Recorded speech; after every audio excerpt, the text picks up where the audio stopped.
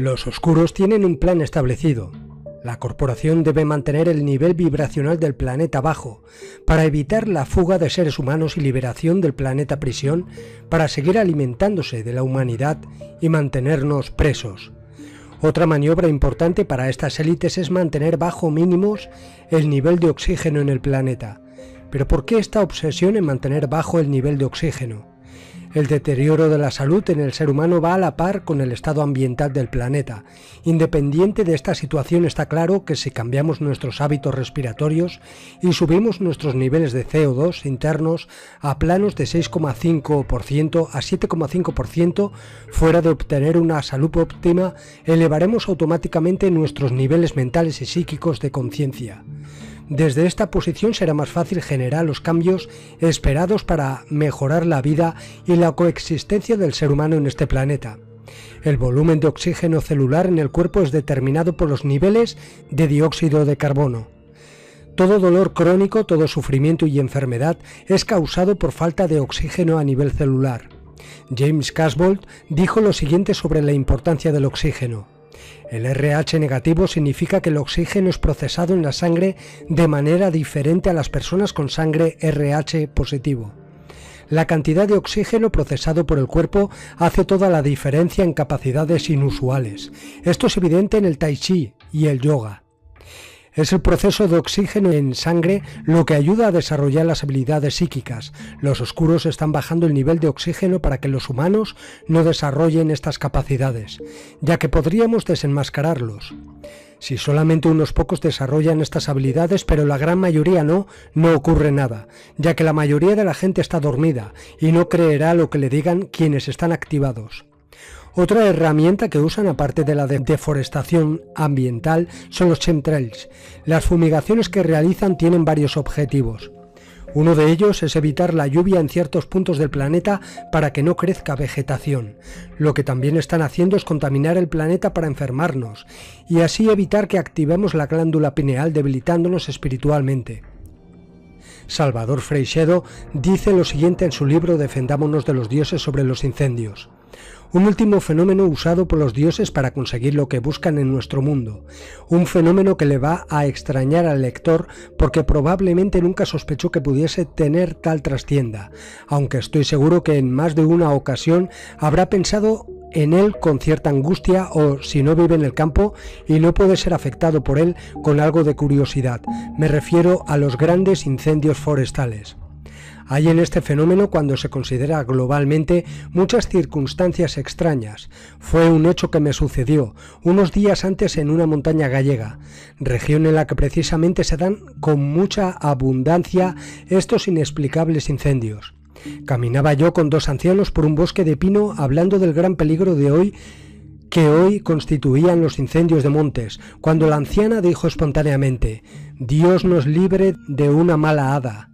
En labios de la anciana aquella frase era solo un instintivo eco con que repetía maquinalmente lo que con toda seguridad habría oído muchos años atrás a sus padres, y en realidad no supo explicarme por qué lo decía, pero en mis oídos aquello dio pábulo a sospecha. Insisto en que solo son sospechas, pero por otro lado hay muchos hechos que dan fuerza a estas sospechas, hechos que proceden de campos, épocas y latitudes diferentes. En el año 1979 se reunieron en Orense un grupo de expertos relacionados con la industria de la madera y por lo tanto preocupados por la gran cantidad de incendios forestales. El fin de la reunión era, sobre todo, llegar a algún acuerdo acerca de cuál podía ser su origen. Las conclusiones a que llegaron fueron desconcertantes. Se encontraron nada menos que 14 posibles causas, pero lo que prueba demasiado, prueba nada. 14 causas eran demasiadas causas para tomarlas en serio y en cierta manera se destruían unas a otras. En realidad eran 14 teorías desesperadas para explicar un hecho inexplicable. Yo no niego que un bosque pueda arder por causas completamente naturales, como son la acción de un pirómano, la colilla de un irresponsable, una descarga eléctrica, etc. Pero ninguna de esas causas, y ni siquiera todas reunidas, son capaces de explicarnos la enorme cantidad de incendios que estos últimos años se han desencadenado no solo en España, sino en muchas otras naciones del mundo. Una de las causas que durante mucho tiempo se admitiera como posible explicación fue que los vidrios o botellas, y en especial los fondos de las botellas rotas abandonadas en el monte, hacían de lupa, concentrando los rayos solares y comenzando así el incendio.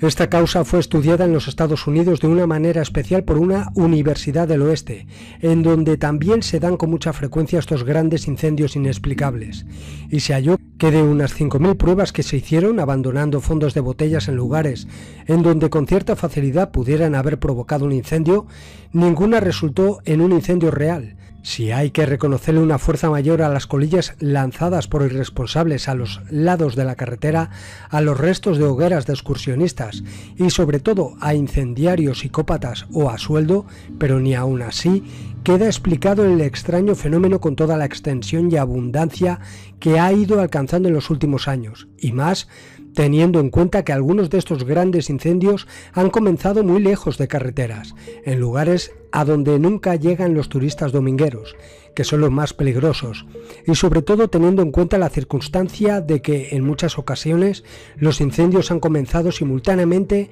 o con muy poca diferencia de tiempo, a todo lo largo de una montaña o cordillera. He aquí algunos de los indicios que me han ido poniendo en la pista de que nos encontramos ante un hecho paranormal y de vastas dimensiones. El año 1979, cuando viajaba solo por una región montañosa en los límites de las provincias de Pontevedra y La Coruña, al coronar el alto de una montaña, me encontré de repente con un incendio pavoroso que devoraba un pinar, con llamas de más de 10 metros de altura y que avanzaba amenazador hacia la estrecha carretera por la que yo tenía que pasar.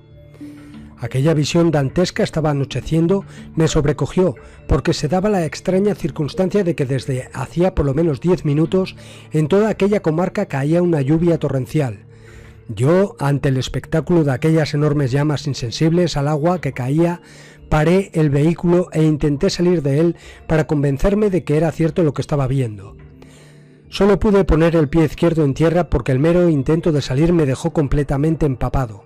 Recuerdo que estuve un rato con la ventanilla baja escuchando el amenazante crepitar de las llamas y contemplar aquel increíble espectáculo. Al mes de haber sido testigo de este hecho, presencié a miles de kilómetros de distancia, en Los Ángeles, California, otro hecho extraño muy relacionado con este. Desde uno de los barrios de aquella inmensa ciudad pude ver cómo en un frente de unos kilómetros ardía toda la cresta de Beverly Hills, extendiéndose el incendio hasta la orilla del mar. Este incendio fue notorio porque entre las muchas casas que destruyó estaban las de algunos de los famosos de cine.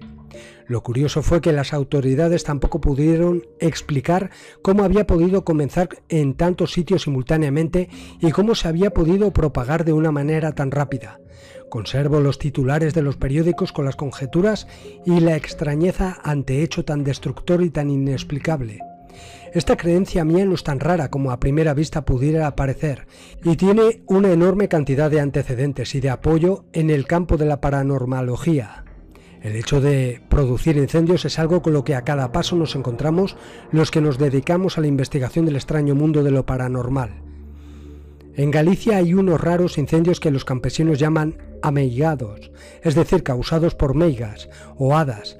Recordemos la mala fada a la que se refería la campesina. Conozco los detalles de uno de estos fuegos en la provincia de La Coruña, en el que los dueños de una casa de labranza, con su pequeña finca alrededor, estaban en perpetua guardia ante las llamaradas que brotaban, repentina y espontáneamente, de cualquier esquina de la granja, devorando en pocos instantes todo lo que se hallaba y alrededor y amenazando con extenderse al resto de la propiedad si no se acudía con prontitud. No solo era pasto de las llamas la materia fácilmente combustible como la paja, sino que el carro de labranza de madera sólida y muy curada se vio repentinamente envuelto en llamas, quedando de él solo los restos calcinados. En los fenómenos de poltergeist que estudiamos en parapsicología, el agente que causa ruido, rotura de objetos, lanzamiento de piedras y toda suerte de fenómenos raros es también el causante normal de incendios. Conozco el caso en que los bomberos de una pequeña ciudad de los Estados Unidos optaron por aparcar uno de sus camiones bomba enfrente de una pequeña ciudad de los Estados Unidos. Optaron por aparcar uno de sus camiones en una casa en la que cada cuarto de hora se declaraba un incendio inexplicable.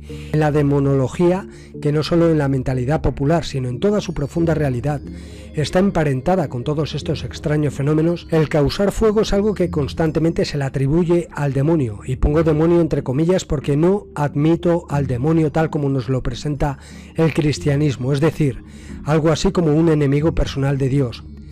Copio del libro de Nicolas Remy, publicado en 1595, el título del capítulo 13 del libro 11.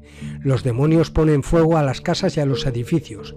Nicolas Remy pone ejemplo tras ejemplo de semejantes fuegos que, según la mentalidad de aquellos tiempos, eran atribuidos al demonio. Naturalmente, para psicología, tenemos que saber distinguir muy bien entre la explicación que los diversos pueblos y personas les puedan dar a estos hechos raros y la realidad innegable de los hechos mismos.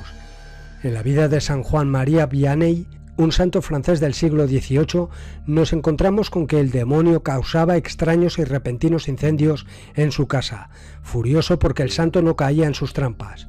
En el campo de la ovnística tenemos igualmente que los fuegos son cosa muy relacionada con estos misteriosos visitantes, y hay que decir que no solo para causarlos, sino en ocasiones hasta para apagarlos. Pero hay que confesar que son mucho más abundantes los casos en que estos intrusos espaciales, en vez de apagar fuegos, los causan. En la oleada de 1975 en Puerto Rico, en la que junto con gran cantidad de ovnis se vieron en el cielo otras extrañas criaturas parecidas a grandes pájaros, fenómeno que también ha sucedido en otras partes concomitantemente con el avistamiento de ovnis, conozco de cerca el caso en que una pequeña choza sobre la que se posó una de estas grandes aves estalló inexplicablemente en llamas en cuanto el ave desapareció. Pues bien, aquí podemos ver claramente que estas entidades extraterrestres que forman parte de la corporación, como bien explica el señor Salvador Freixedo, colaboran muy de cerca en la quema de bosques en todo el planeta. Lo curioso de esto es que también se han podido ver a estos seres con forma de pájaro o seres alados, como el famoso Mothman, que aparece cuando van a ocurrir hechos catastróficos como el de Chernóbil o el de Point Pleasant, que casualmente aparecía antes de que ocurrieran desgracias. Yo creo que esta entidad era la causante de todo. Estas entidades extradimensionales están muy interesadas en crear estas desgracias para alimentarse de la energía del sufrimiento de los seres vivos.